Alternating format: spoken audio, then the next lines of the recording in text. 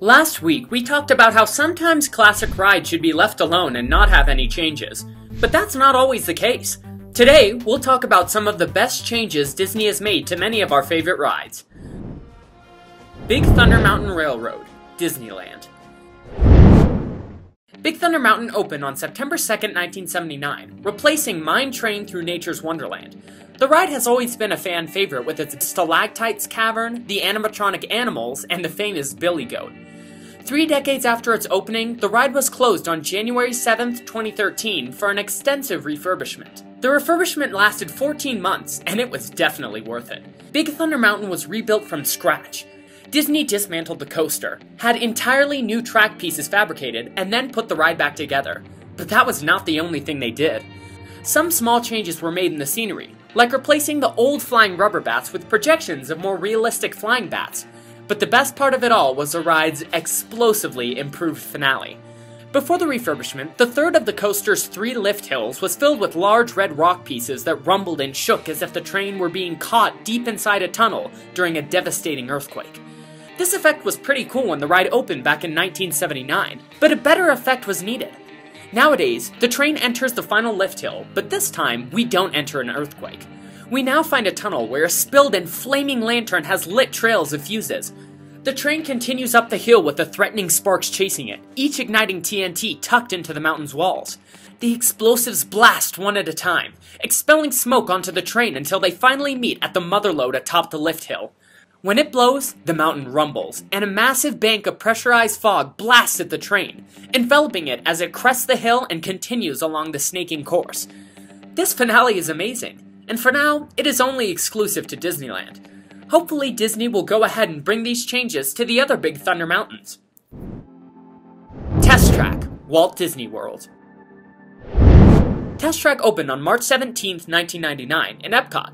In this ride, guests rode in test vehicles in a General Motors facility as living crash test dummies. The idea of the ride was that people could learn how automobile prototype evaluations were made. This was done by going between cones, testing anti-lock brakes, passing over rough terrain, and accelerating along hairpin turns. Then, the final test saw the car accelerate towards an impact barrier only to have the barrier separate like an elevator door at the last second, as the car launched into an outdoor, speed testing portion. The ride was narrated by 2 GM employees, who described to guests each test before it began. The scenery inside the ride was based on a testing facility with orange traffic cones, overhead spotlights, traffic lights, plywood trees, and traffic signs that all fit the style very well. But after a while, Disney knew that the ride needed a change. So, the ride closed on April 15th, 2012 for refurbishment. It reopened in December as a completely unrecognizable ride. The sponsor changed to Chevrolet and it became an interactive ride. Guests get to use computer kiosks in line to design their own vehicle, starting with a silhouette line. As they do, they're encouraged to consider balancing capability, efficiency, responsiveness, and power by choosing features that create any kind of vehicle they can imagine. Then, riders use their park ticket or magic band to bring their concept vehicle along with them, scanning it just as they enter the ride vehicle. Here, the car passes through a digital landscape where it must endure many tests.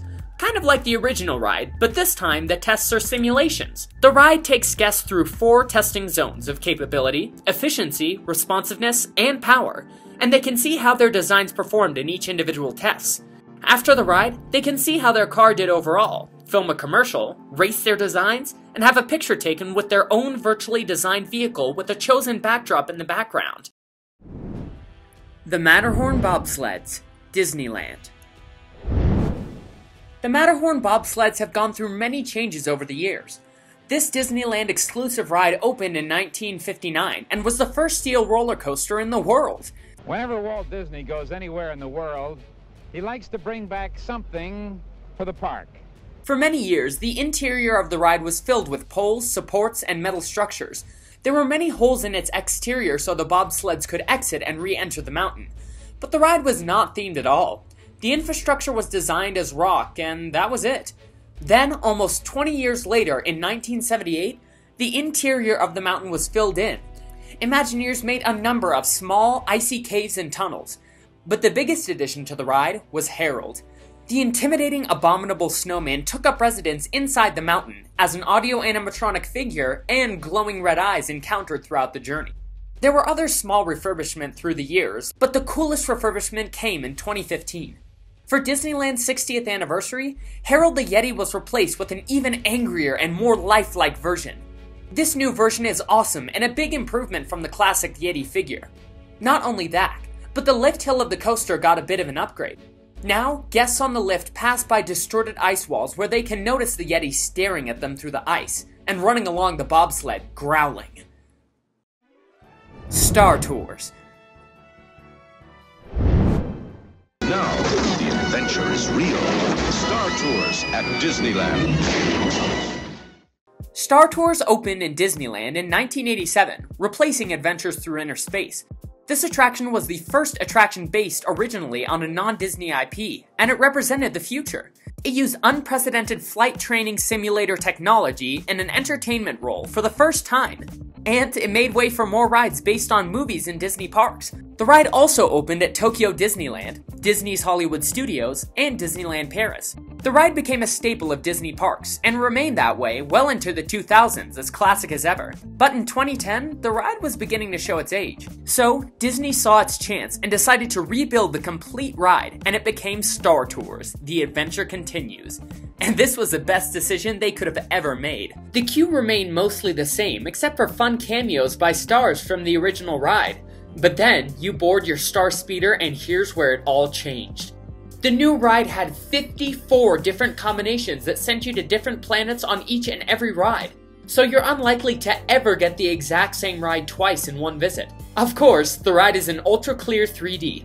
New adventures themed to The Force Awakens in November 2015, and The Last Jedi in November 2017 were added. So now the ride has more than 70 different combinations. It's a small world. Disneyland and Tokyo Disneyland. This is kind of a controversial change because lots of fans think of it as a bad decision and a useless addition to a classic ride. In 2008, It's a Small World was closed for a 10-month period for major refurbishment. There were many changes made. Many of the original 1965 sets were removed to be repaired or repainted. The boats were changed from fiberglass to a more durable plastic.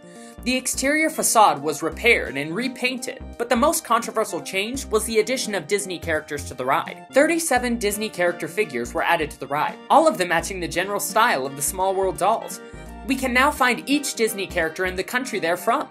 So now, while sailing through China, you might notice Mulan and Mushu as Small World dolls along the banks of the Flume. Pinocchio is in Italy, Aladdin and Jasmine fly overhead in the Middle East, Cinderella is in France, even Ariel, Flounder, Nemo, and Dory can be spotted in the South Seas room. A similar change was made in April of this year in Tokyo Disneyland. Characters from the Aristocats, Tangled, Moana, Brave, and many more were added, each in their native land. While this change was not necessary, we certainly think it's pretty cool. Any other rides you would add to the list? Let us know in the comments for a chance to be featured. If you like the channel, check out our online store where we have lots of products with cool designs like these. Follow the link in the description, and also be sure to check out our Instagram page for a behind-the-scenes look on Fastpass facts. See you next time!